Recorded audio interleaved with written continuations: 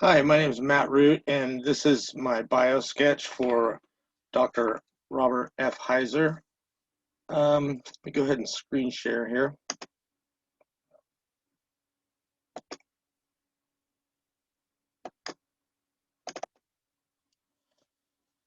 Thank you very much for being here. Robert Heizer was a groundbreaking archaeologist, literally.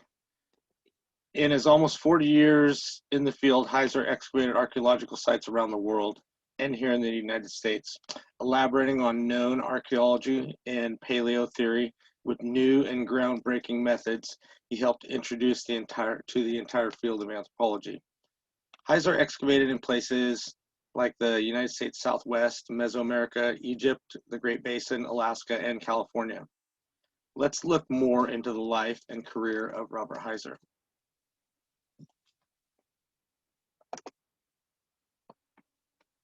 Robert Heizer was raised in the Great Basin in rural Lovelock, Nevada, where he graduated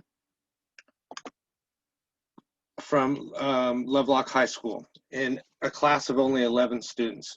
He did an internship at the Smithsonian in his teens, and influential in his childhood was growing up near the Paiute Reservation,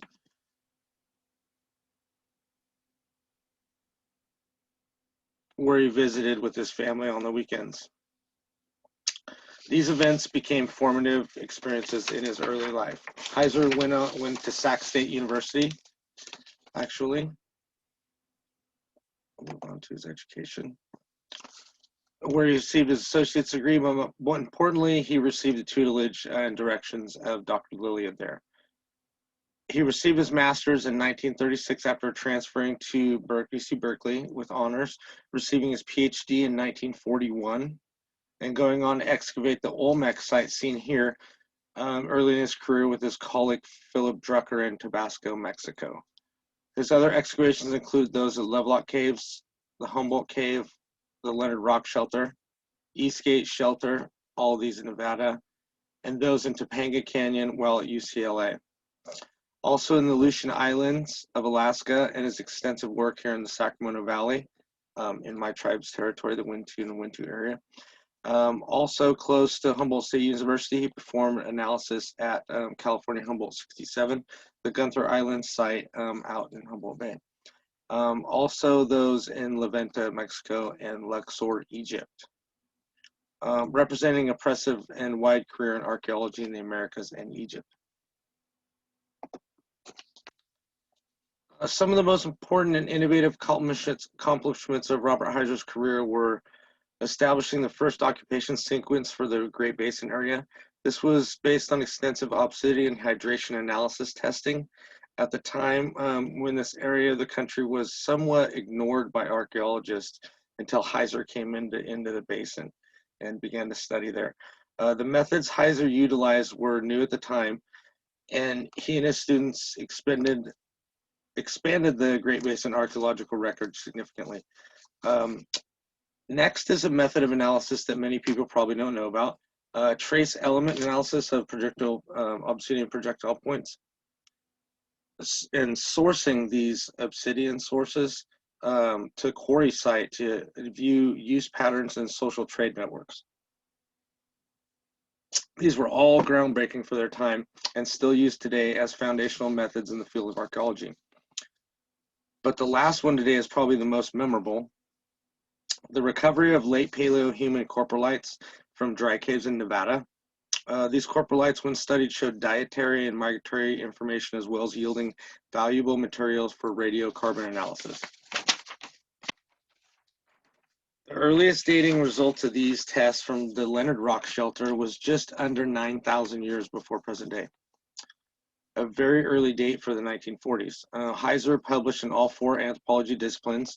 In addition to his work, comprised over 35 books and over 415 papers in his career.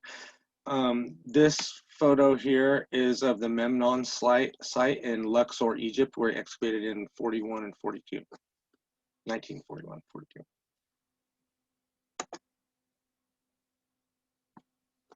Moving on here. The earliest, Dr. Robert Heizer worked at the University of California, Berkeley for over 30 years as a professional of archaeology. He developed the University of California Survey on California archaeologists and published 75 volumes during the development of that survey. He was awarded 2 Guggenheim Fellowships in 1963 and again in 73, and was elected to the National Academy of Sciences in 1973. The American Society of Ethnohistory established an award in his name for the best annual paper in ethnohistory, and he received an honorary PhD from the University of Nevada.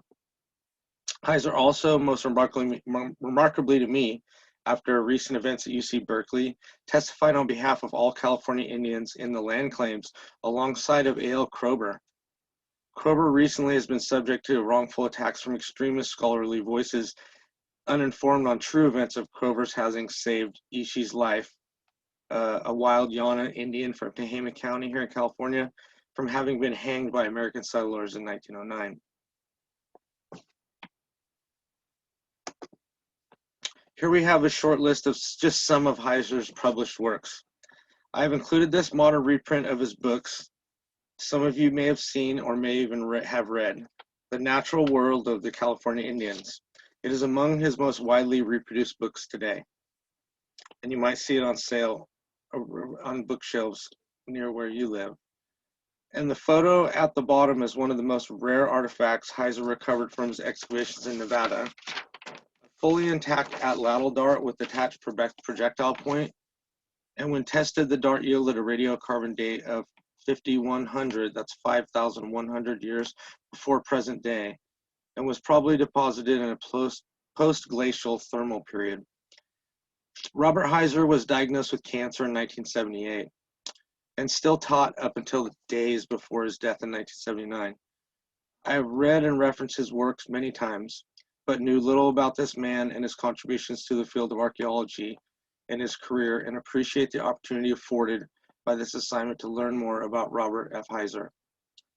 That's my bio sketch on Robert Heizer.